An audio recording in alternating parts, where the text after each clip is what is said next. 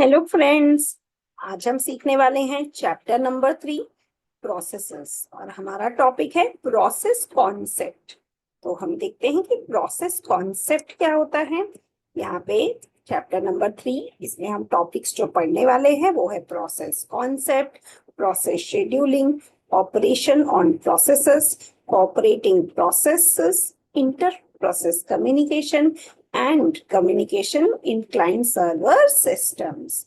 तो सबसे पहले हम स्टार्ट करेंगे प्रोसेस कॉन्सेप्ट। तो प्रोसेस कॉन्सेप्ट क्या होता है कि ऑपरेटिंग सिस्टम, इसमें जो एक एक प्रोग्राम्स एग्जीक्यूट होते हैं वो दो टाइप से एग्जीक्यूट होते हैं। बैच सिस्टम, जिसमें हम जॉब सबमिट करते हैं और वो हमारा एक पर्टिकुलर प्रोसेस कंप्लीट होता है। फिर आता है टाइम शेयरिंग सिस्टम्स। तो टाइम शेयरिंग सिस्टम्स, जहाँ पे यूजर प्रोग्राम या टास्क, इसको हम एक सिस्टम को असाइन करेंगे तो वो एक पर्टिकुलर टाइम के लिए एक प्रोग्राम एग्जीक्यूट होगा, फिर उसके टाइम के बाद वो दूसरा प्रोग्राम एग्जीक्यूट होगा। ऐसे करके ये जो बारी बारी से एक एक प्रोग्राम एग्जीक्यूट होता है, तो इसको हम बोलते हैं टाइम शेयरिंग सिस्टम।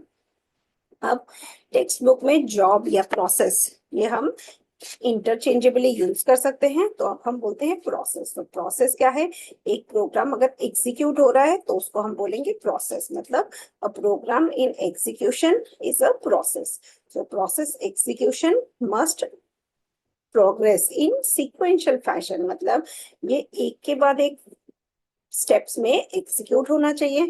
अब एक प्रोसेस में क्या क्या होता है? पहला होता है प्रोग्राम काउंटर, फिर आता है स्टैक और डेटा सेक्शन। मतलब उसके बेसिकली तीन पार्ट्स होते हैं। प्रोग्राम काउंटर जो एवरी इंस्ट्रक्शन के बाद इंक्रीमेंट होता है। जैसे अगर हमारा इंस्ट्रक्शन 1 एग्जीक्यूट हो रहा है तो प्रोग्राम काउंटर में होगा 2, मतलब हमारा सेकेंड इंस्ट्रक्शन एग्जीक्यूट होगा। स्टैक, जिसमें हम कोई भी इंटरमीडिएट वैल्यूज को स्टोर करेंगे। और फिर आता है डेटा सेक्शन, जिसमें हमारा इंटीजर का या जो भी वेरिएबल्स होगा उसका वैल्यूज हम डेटा सेक्शन में स्टोर करेंगे। अब ये एक मेमोरी का स्नैपशॉट है, जहाँ पे हमारे पास हो सकता है टेक्स्ट, डेटा, हीप और फिर स्टैक। तो ये हीप इस साइड से बढ़ता है, स्टैक ये साइड से नीचे नीचे आता है। तो इस तरह से 0 से मैक्सिमम तक हमारा जो प्रोसेस है वो हमारा मेमोरी में स्टोर होता है। अब प्रोसेस के 5 स्टेट होते हैं। सबसे पहला है न्यू, मतलब जब एक प्रोसेस क्रिएट होता है तो वो न्यू स्टेट में होता है। जब हम उसे एग्जीक्यूट करेंगे तो वो रनिंग स्टेट में आ जाता है। अगर कोई उसमें इनपुट आउटपुट है तो वो क्या होगा? वेटिंग स्टेट में आ जाएगा, बिकॉज वो प्रोसेस इनपुट आउटपुट के लिए वेट कर रहा है।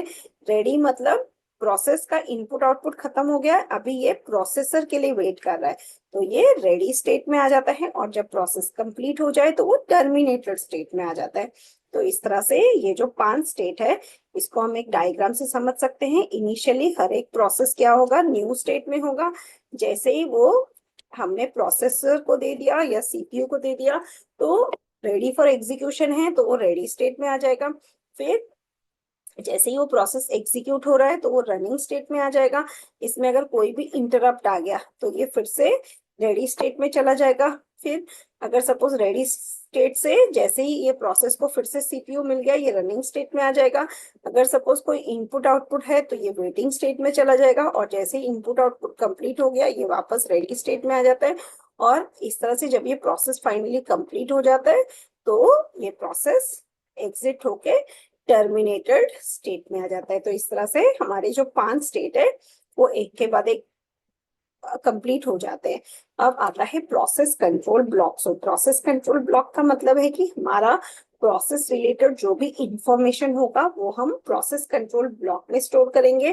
तो सबसे पहले इसमें आता है process state, program counter, CPU register, CPU scheduling information, memory management information, accounting information and IO status information. Process state that is process ready है, रनिंग है, टर्मिनेटेड है, कौन से स्टेट में है वो हमारा प्रोसेस स्टेट हो गया। देन प्रोग्राम काउंटर हो गया, पीसी। ये होगा अगर हमारा इंस्ट्रक्शन 1 एग्जीक्यूट हो रहा है तो पीसी का वैल्यू होगा 2, क्योंकि हमारा जो नेक्स्ट इंस्ट्रक्शन एग्जीक्यूट होने वाला है वो हमारा प्रोग्राम काउंटर में होगा। सीपीयू रजिस्टर्स, जो भी हमारे ए बी सी डी ये सारे सीपीयू रजिस्टर्स, इसकी जो वैल्यू है वो हम रखेंगे यहाँ पे।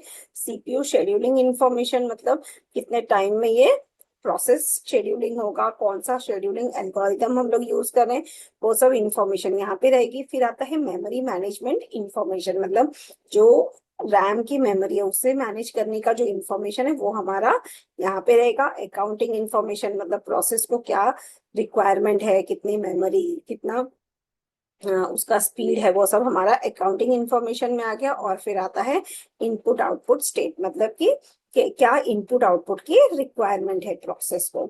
अब इस तरह से एक एक करके हमारा ये मेमोरी में स्टोर हो जाएगा, जिसमें process state, number, counter, register, memory limit, list of open files, ये सब हमारा डिस्प्ले होगा।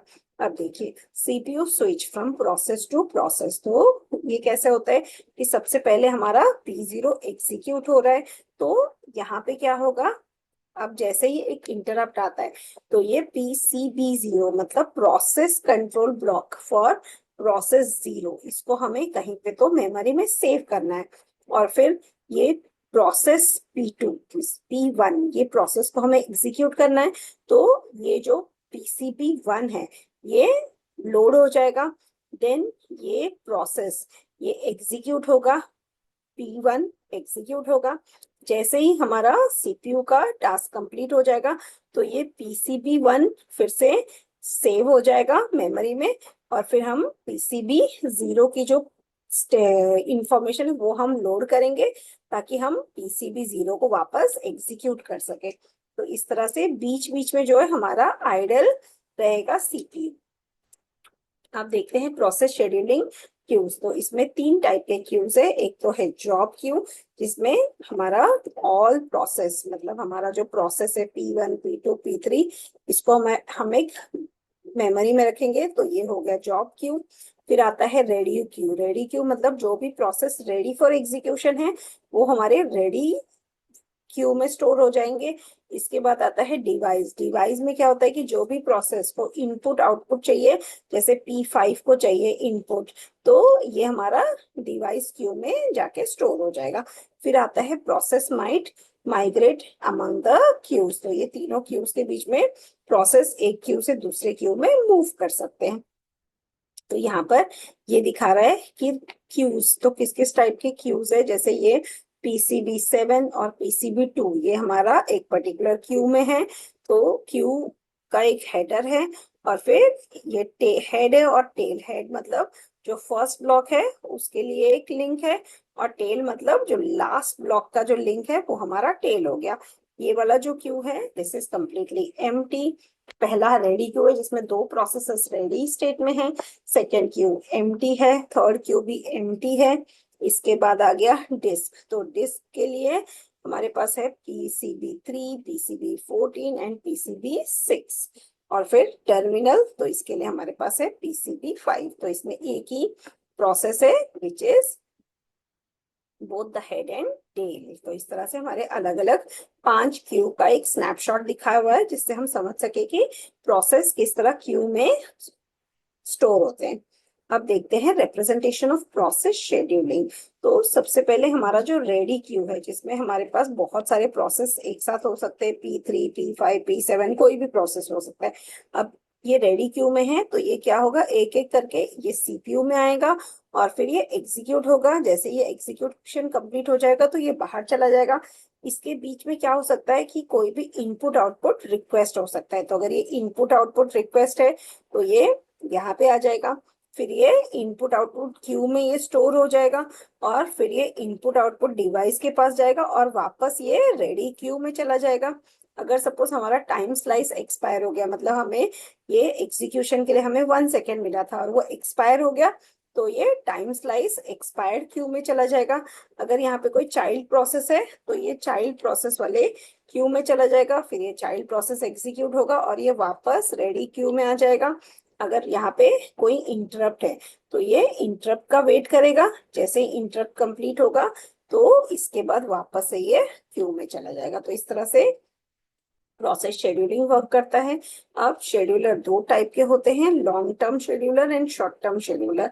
तो लॉन्ग टर्म शेड्यूलर को हम जॉब शेड्यूलर भी बोलते हैं। यहाँ पे क्या, जैसे ही प्रोसेसेस क्यू में आते हैं तो जो लॉन्ग टर्म शेड्यूलर है वो प्रोसेसेस को सेलेक्ट करता है कि कौन सा प्रोसेस हमारे मेन मेमोरी से रेडी क्यू में जाएगा। तो वो है लॉन्ग टर्म शेड्यूलर का काम।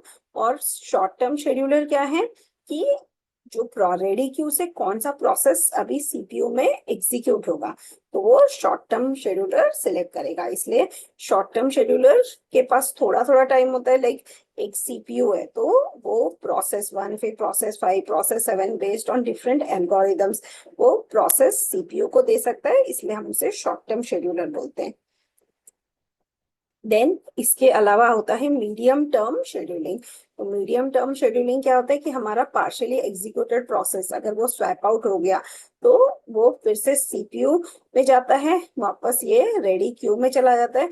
तो यहाँ पर शॉर्ट टर्म शेड्यूलर वापस से कौन सी प्रोसेस को सीपीयू को देना है वो डिसाइड कर सकता है। और आगे जो शेड्यूलर्स है वो हम पढ़ेंगे हमारे नेक्स्ट वीडियो में। Thank you.